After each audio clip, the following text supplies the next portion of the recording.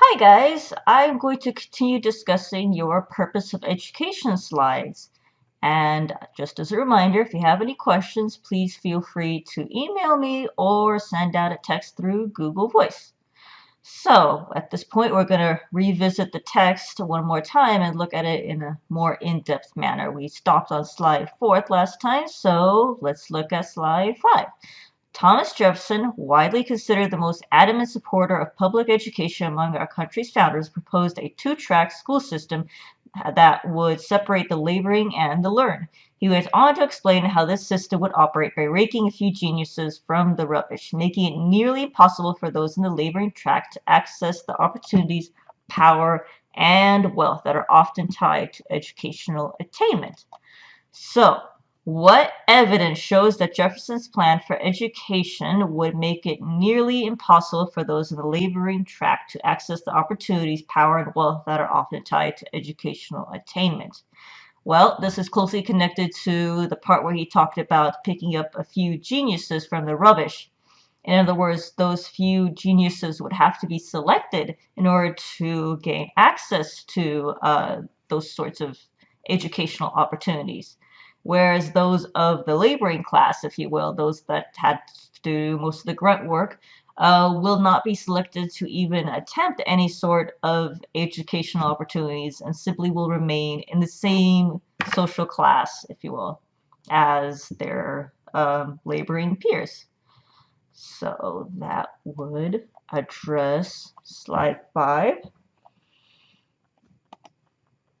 Okay. Now, contrary to what many believe, the Constitution of the United States does not explicitly guarantee the right to a quality education. Challengers to quality of education have had to utilize the Equal Protection Clause of the 14th Amendment to work towards educational equity. This has left Jefferson's two tracks largely in place.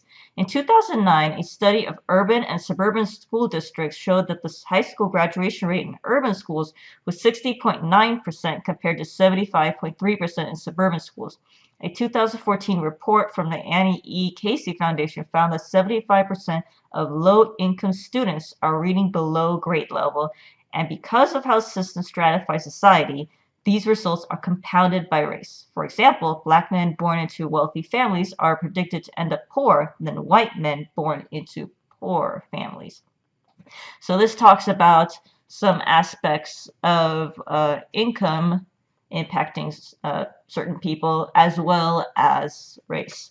So those two identities really add a additional disadvantage to people that are hoping to get a certain quality of education and maybe improve their lives. However, that doesn't seem to be possible. So let's see, for slide 6, what does this paragraph help the reader to realize?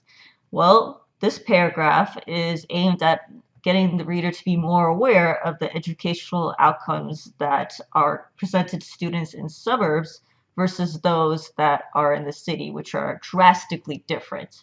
So this is basically trying to support the idea that Jefferson's two-track system is, if you will, also alive and well. Alrighty. Now, let us consider slide 7. The failure to truly educate all people has resulted in schools becoming sites of social reproduction. The wealthy and powerful send their children to schools with other wealthy and powerful children. They are taught the skills and norms necessary to maintain their status, power, and wealth. Meanwhile, the children of the working class and poor go to schools with other working class and poor families. They are taught a curriculum that represents the story of the wealthy and powerful. They go to schools that set the lowest possible expectations and have police patrolling their hallways. It is clear Jefferson's tracks are alive and well. Okay, so the question in slide 7 asks us to explain what the author means by schools becoming sites of social reproduction. In this context, we're trying to look at the fact that there are certain social statuses that people have kind of been, if you will, born into. They've been born into the social status of wealth or the social status of poverty, basically.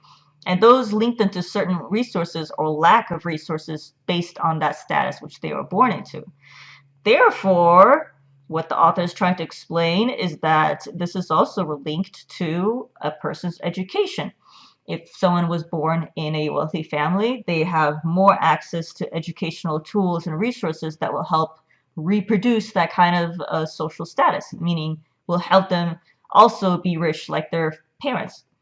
And similarly, if you were born in a poor family, it kind of tends to reproduce that status. And so people that come from poor backgrounds tend to end up going through an education system that continues that cycle of poverty. Okay.